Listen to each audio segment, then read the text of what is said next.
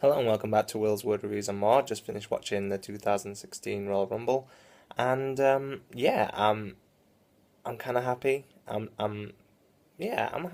I'm happy. I kind of predicted what was going to happen, so I guess I'm happy. We'll go through it and let's talk about it. So, to start off on the kickoff, we had Mark Henry and Jack Swagger versus the Dudleys versus Ascension versus Sandow and Darren Young. Good match, better than I expected. Sandow got a good crowd reaction, but Henry and Swagger ended up with the victory, which was kind of pointless, really, because both of them didn't really do anything in the Royal Rumble match. But so be it. Then to open the show, we had a great match. Kevin Owens versus Dean Ambrose, IC title, last man standing match of the night for me. Absolutely wonderful. Dean Ambrose retains, which I think is the right decision. Some good spots. Bit of a funny ending, like I think they could have probably gone on a bit longer, but I guess with both men being in the Rumble itself, it didn't really lend itself to going on much longer, but great match, and let's see what happens now with Dean obviously being the runner-up in the Rumble. I'll get to that. Then you had the New Day versus the Usos for the tag titles. Good match, New Day retain, right decision. The crowd were really behind New Day, so you've got to think that at some point they're going to have to turn New Day face, because the Usos are getting booed just because they're facing New Day, so glad the New Day kept the titles, but really the likelihood of them remaining heels for too long is not good, because they're just so over. Kalisto versus Alberto Del Rio for the US title. Quite a shock actually that Kalisto won. Let's just hope they don't take it off him tomorrow night. It was an okay match. It was one of those matches which it was alright. It was, it was what it was. Not too much to talk about really, but just a bit of a shock. And let's hope, like I say, they don't take the title off him tomorrow. Divas title, Charlotte v Becky. What on earth was happening with Ric Flair kissing Becky? I mean, that shouldn't be happening in this day and age. Charlotte retained. Bad decision. It was an okay match. Wasn't anything special. And, I kind of predicted that Sasha would come out, which she did, and she attacked Becky first, and then it looked like she was going to be in a union with Charlotte, and then she attacked Charlotte. So that'd be quite interesting now to see what happens with the Divas. Obviously, I think they're building up for Charlotte versus Sasha at WrestleMania. They could even do Sasha versus Bayley versus Becky versus Charlotte.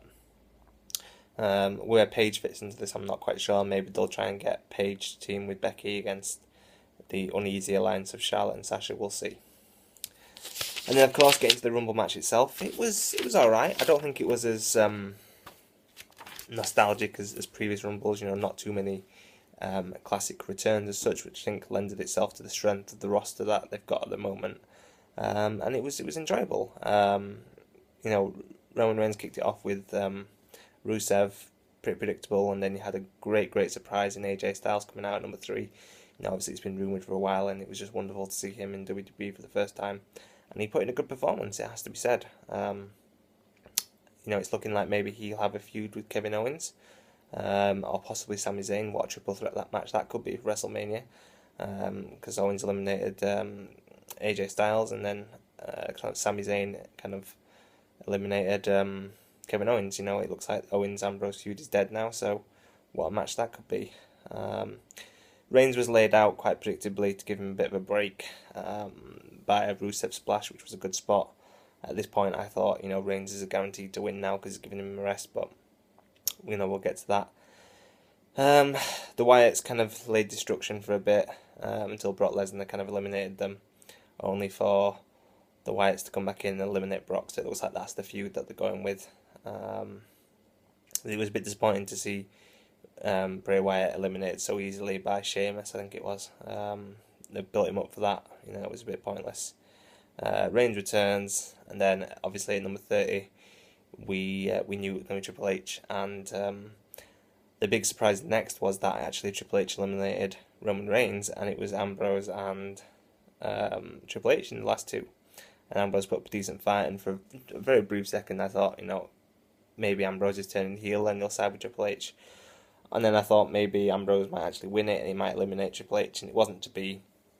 And Triple H eliminates Ambrose, and we have a new WWE champion, 14 time in Triple H, and I can't say I'm disappointed. I'm happy. I like Triple H. I always have done, and I'm quite pleased. I don't hate Roman Reigns, but I think I would have been disappointed if he would have retained the championship in the match after all the hype.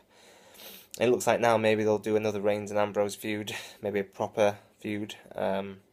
Reigns is the champion. Was the champion kind of thing. So he would want his rematch. But Ambrose was the last man eliminated, so maybe at Fastlane they'll have that as the main event.